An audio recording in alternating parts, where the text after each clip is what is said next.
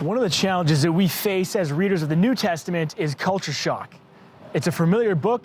We know it from our own culture or confessional settings, but few of us realize just how foreign it is and how important it is to get a grasp of the ancient Jewish context of our earliest Christian writings.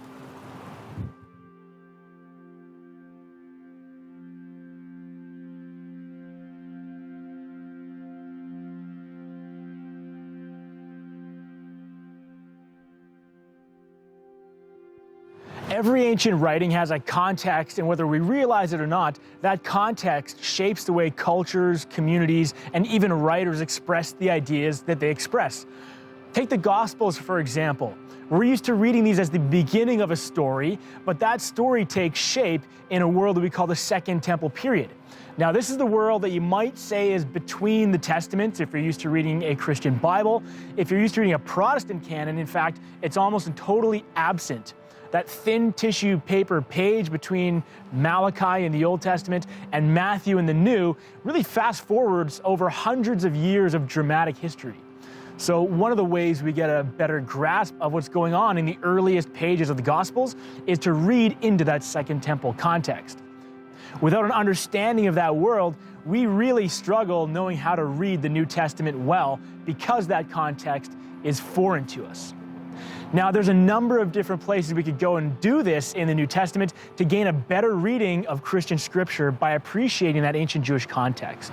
Luke is unique among the Gospels. Not only does he include a Christmas story that we're so familiar with, but he's the only one in the canonical Gospels to include a story of Jesus' boyhood. Yet twice in these stories, once in the Christmas story and once during the Passover feast, we hear references in Luke to Mary hiding something in her heart. On two occasions, we have either the shepherds or Jesus himself revealing something about his identity, his otherworldly paternity, and even his destiny that sends her into a moment of introspection. In Luke 2:19 and in Luke 2:51, the evangelist says that Mary treasured or pondered these things in her heart, and those things are never explained or expounded upon. On its own, those references are very difficult to make sense of. Why is Luke presenting the material in this way, and what is it that Mary's hiding away in her heart? Here's where that Second Temple context becomes very important for us, because if we flip over to the Dead Sea Scrolls, what we find is that there's a number of writings, two in particular, the Genesis Apocryphon from Cave 1, and the Aramaic Levi document that was found in Cave 4, and then in later copies in the Cairo-Geniza, where we have dreamers, in this case patriarchs, learning something about their destiny or their otherworldly identity, as well as that of either a child or their offspring.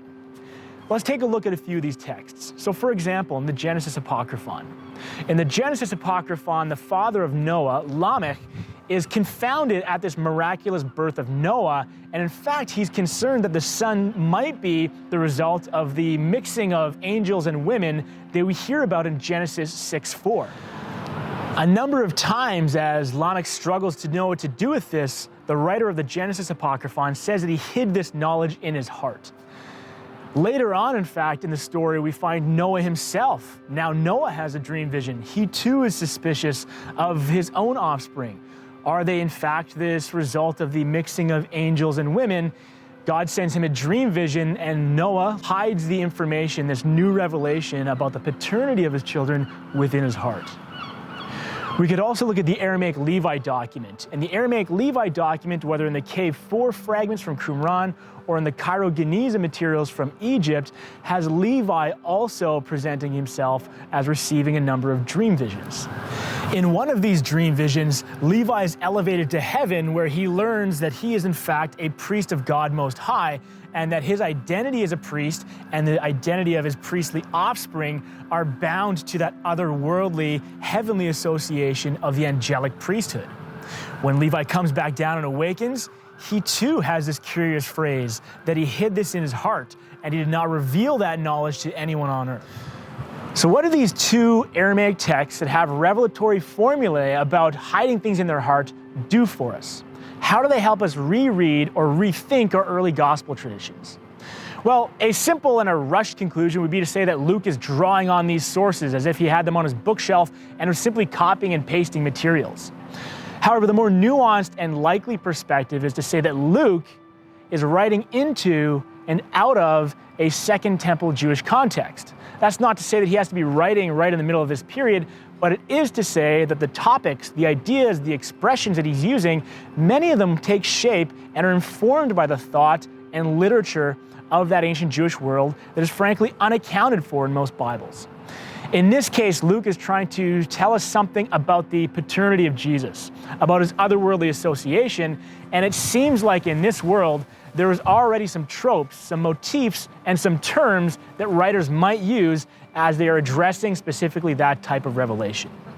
So what do we need to learn here? Well, perhaps it's to say that one of the better strategies for reading the New Testament is to do our homework within it from the inside out, but eventually to read from the outside in. And that greater cultural, compositional, or even conceptual framework from ancient Judaism can in many ways help us learn to rethink and get more out of our readings of the earliest Christian writings in the New Testament.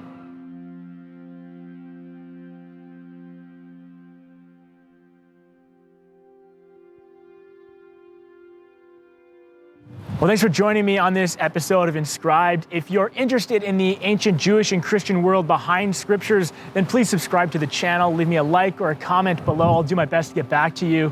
Also, I've got a number of individuals and institutions to thank for helping me view some manuscripts that relate directly to the larger research project that this vlog is part of, particularly the Chester Beatty Library here in Dublin, as well as the Rylands Library at the University of Manchester.